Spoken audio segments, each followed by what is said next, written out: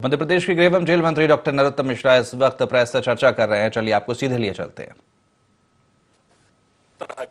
ऊपर प्रतिदिन हम टेस्ट कराएंगे, कोरोना को न बढ़े इसकी पूरी कोशिश करेंगे। कल भी हमने 72,894 सैंपल मध्य प्रदेश में कोरोना से संबंधित लिए। संक्रमण दर हमारी अभी भी 0.013% है, जबकि रिकवरी की दर हमारी 98.6 लगातार बनी हुई है। सर, कांग्रेस में भी गुटबाजी सामने आई है सर। सज्जन सिंह वर्मा कह रहा है अरुण यादव के बाद एक एकड़ जमीन है। वो कल मीटिंग में नहीं पहुंचे थे, वहां पर कल उनकी बैठक। दरअसल कमलनाथ जी ने हमारे मित्र सज्जन वर्मा जी के कंधे का इस्तेमाल किया है और जिस व्यक्ति ने चुनाव आयोग को जो शपथ पत्र दिया उसमें अपनी भूमि 60 एकड़ बताई है, उसे कमलनाथ जी ने सज्जन वर्मा जी के द्वारा 1000 एकड़ बता दी। 2000 बीघा मतलब 2500 बीघा। अब आप कल्पना करो कि कमलनाथ जी ने खुद ने सज्जन वर्मा जी ने साबित किया कि भूमाफिया किस पार्टी में है। सहकारिता आंदोलन के प्रणेता इसके पिताजी रहे, बैठक में नहीं बुलाया। इससे भी आप दूसरी बात का अंदाजा करो कि ये ओबीसियों के प्रति इनका सोच क्या है। पिछड़ा वर्ग के व्यक्ति को, अरुण यादव जी को बैठक में न बुलाना, पहले प्रदेश अध्यक्ष से हटवा दिया, खुद आके बैठ गए, फिर 15 महीने तक उनको वनवास में भेज दिया। अब जब खंडवा की बारी आई तो मुझसे टिकट ही नहीं माना, बैठक में नहीं बुलाया। कमलनाथ जी को अब मध्य प्रदेश में किसी ओबीसी की जरूरत नहीं है, उसको हैदराबाद वाले ओबीसी की जरूरत है। ट्वीट किया है सर, कमलनाथ जी ने ट्वीट किया है ओबीसी समाज के नाम पर 1000 करोड़ की खरीद करने वाले एक आरोपी को चिट फंड कंपनी को लेकर कार्रवाई की है।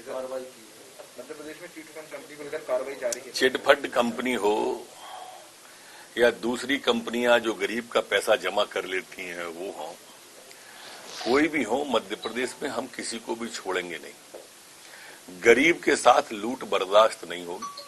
कि कितने भी बड़े धन्ना सेठ हो, आगाह कर रहा हूं मैं उन्हें, गिरफ्तारी को तैयार रहें। सर, कमलनाथ जी ट्वीट करते हैं सर, ओबीसी समाज को लेकर 27% आरक्षण की जो लगातार बहस चल रही है उसको समर्थन नहीं कर रहे हैं और बोल रहे हैं केंद्र सरकार ने उसके लिए कही। ये कमलनाथ जी की जुमलेबाजी है। देखो, एक जुमला दिया था उनने 28 सीटों का जब चुनाव हो रहा था और निर्दलियों से संपर्क साधने लगे थे, बोले 28 की 28 जीतेंगे। परिणाम आपके सामने। उसके पहले दिया था कि 15 अगस्त का झंडा हम फहराएंगे। उसके पहले दिया था कि अगली विधायक दल की बैठक सीएम हाउस में होगी। ये उनके जुमले हैं, मध्य प्रदेश की जनता समझती है। पीछे चले जाओगे आप कर्जा माफी, बेरोजगारी भत्ते तक, तो आपको लगेंगे एक भी तो पूरा नहीं हुआ, एक भी सही नहीं निकला। ये अगर चाहते, अब हमारे प्रधानमंत्री मोदी जी ने कहा सीधा कर दिया। आप कह क्यों रहे हो, किया क्यों नहीं 15 महीने? और ये नहीं किया तो क्या किया 15 महीने भ्रष्टाचार के अलावा? बताओ। कल की बैठक में कहा गया, कमलनाथ जी ने कहा कि हवाबाजियों से बचने की जरूरत है। 3 दिन में कांग्रेस हारती है, भाजपा 3 दिन में ही आखिरी पे गेन करती है। इनको क्या है, दरअसल इनको पता ही नहीं चलता। कमलनाथ जी की सरकार गई ना, 3 दिन पहले ही पता चला। अगर पहले पता चल जाता तो ये सरकार को रोका राखी भी करते। भाई को पता ही जब चला, जब बंगलौर चले गए।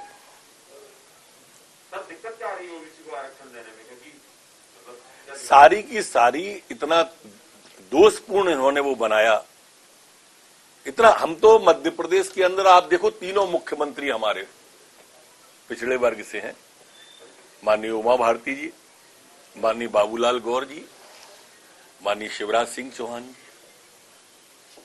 इसके पहले आप चले जाओगे तो जैन माननीय पटवा जी अल्पसंख्यक वर्ग से थे। ये सोचें कि एक भी नहीं बनाया और जब बात करी आरक्षण की तो जुमलेबाजी करी, उसको इस तरह का बना दिया पूरे के पूरे प्रारूप को कि खामियां ही खामियां थी और इन्हीं के समय में स्टे मिल गया, इन्हीं की सरकार के रहते स्टे मिल गया। राजनेताओं के नाम से लगातार ठगी की घटनाएं सामने आ रही है।